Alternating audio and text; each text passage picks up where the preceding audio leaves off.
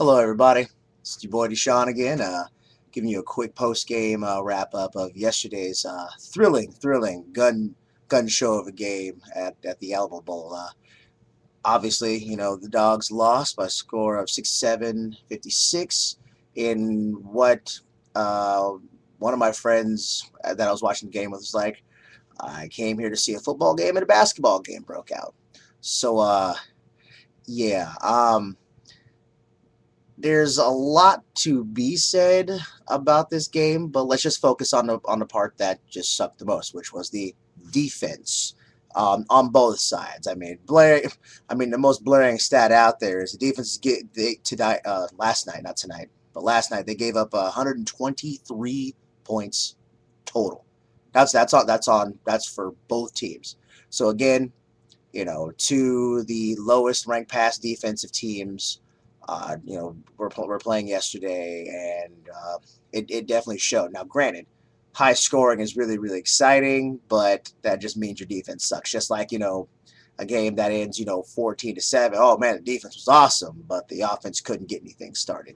So there is definitely something to be said on that. And speaking of how piss poor our defense was, last I checked, according to multiple sources, mostly SeattleTimes.com, Nick Holt is going to be fired as defensive coordinator at the UW, and I believe our cornerbacks coach is being fired too.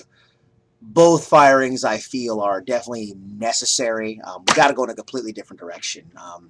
Last night's game was in my opinion, defensively, just completely and totally unacceptable.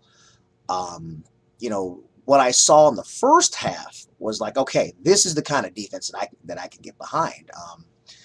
They were playing hard nosed football. They were stopping the run. They're making RG3 pass, which when we get into the stats here a little bit later, goes to show that he is not completely one dimensional. He needs his running backs to really step up.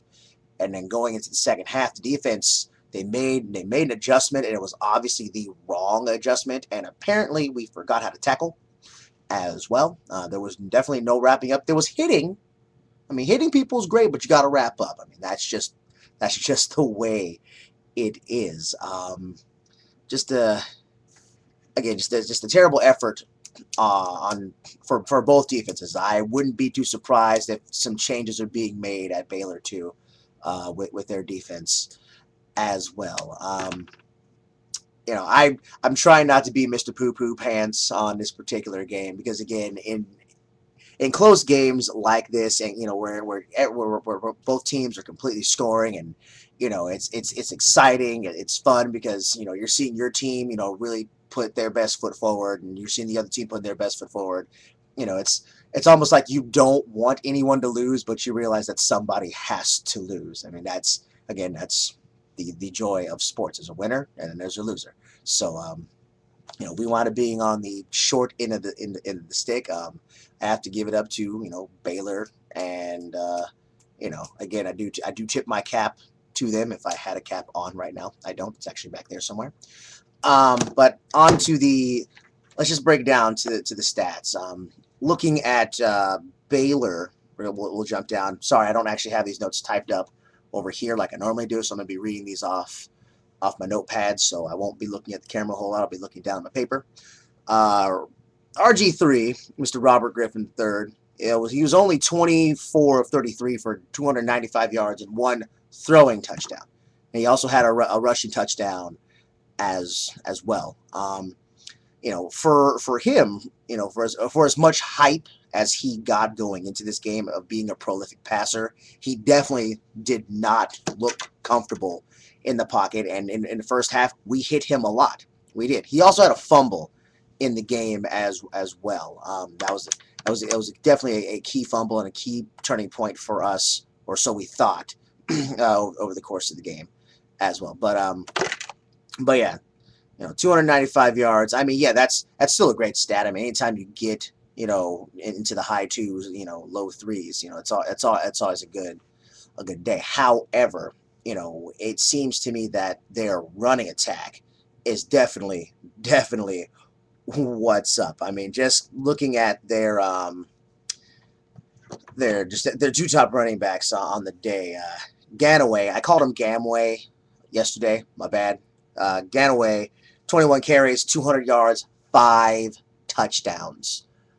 Again, I don't know what happened to our defense, but again, we forgot to wrap up, and we let that guy run just ape nuts all over us, and I was kind of embarrassed because that was one thing that the Husky defense was actually good at doing, was hunkering down and stopping the run. And we went away from that, probably thinking that, Griffin was going to start throwing. So we figured, well, we better play a slightly softer, softer coverage scheme and, keep everybody in front of us. But if you're going to do that, that's fine. But again, you got to tackle people. And that's not what was happening. So also, Salubi, I didn't actually have anything on him in the preview, and that's mainly because he wasn't on the radar. And he had looks like 5 carries, 101 yards, and 2 touchdowns. I believe those 2 touchdowns were in the red zone. So he was definitely the first and goal bruiser guy. When you need to get that extra oomph to get over into the end zone. They had a few other people who broke 100 yards as well. Again, whatever Baylor did adjustment-wise at halftime was definitely worth it for them in spades. They definitely exploited something in the Husky defense that's been glaring for quite some time. So, again, good on them for doing it. And, again, got to make changes. Nick Holt had to go. It was time for him to go. That is just the way it is. I'm going to talk a lot about Nick Holt. You're going to hear that name a lot. So I apologize if I keep repeating myself. On to the Dogs. Offensively, we were freaking awesome. I mean, Keith Price, Chris Polk, Curse Aguilar, Austin Safarian Jenkins. They put on a clinic offensively. And I know Chris Polk had 1 fumble. Listen, I mean, I was mad at first. I was like, damn it to hell, why are you going to fumble now? He doesn't fumble very often, so I wasn't so much angry as I was shocked. But, I mean, that fumble right there was not the reason why we lost that game. The defense lost that game for us, plain and simple. So, I mean, I hope, Polk isn't, sitting down with his head in his hands too long. I mean, he's a bit too proud for that, I can imagine. But yeah, that fumble that you had, you know what? It happens. It wasn't your fault. You have been doing a great job all season, and I wish you the best of luck in the pros. I mean, as much as I would love to have you stay at UW and possibly, put us in a position to maybe win a Pac-12 title, go into a Rose Bowl or, dare I say it, a national championship. Again, that's a hypothetical. I'm not saying that could happen. I'm just putting that out there. But ultimately, there's nothing left for you to do here at the UW. Go get that money, please, for the love of God. I don't like saying that a lot, but go get that money. Onto the stats for the Dogs. Offensively, Keith Price, man, I don't even know what to say. I mean, I've had nothing but positive things to say about Mr. Price since the beginning of the season, and he was 23 of 27, 438 yards. 438 yards. Are you kidding me? The man put on a Heisman-esque performance right now. I'm sorry. And I know when I was listening to Mike and Mike in the morning, they did not give Mr. Price any sort of love. They focused most of their attention on the Heisman Trophy winner. And, rightfully so. Heisman Trophy winner gets the win. He didn't play well, but if you had to look at a, in-game Heisman, oh my God, it has to go to Mr. Keith Price. I mean, he lit it up last night. I mean, 7 touchdowns, and he also had 3 rushing touchdowns to boot. So you want to talk about a guy who puts the team on the back, beast mode style? It was him. His last touchdown, where he was trying to stretch it out for the end zone, and he had the common sense to keep his knee up so it didn't touch the ground and cross the plane and knock over the pylon. Man, that was epic to me. I thought that was one of the clutchest touchdowns of the game. I just wish, again, defense. could have just held it together. Every time I say the word defense, I get a little bit more upset. Sorry, but it was bad, man. It was awful. But Chris Polk, 30 carries, 147 yards, 3 rushing touchdowns, and again he had that fumble later in the second half, and again not his fault. That I mean it is his fault because he had the ball and it came out of his hands, but that wasn't a turning point.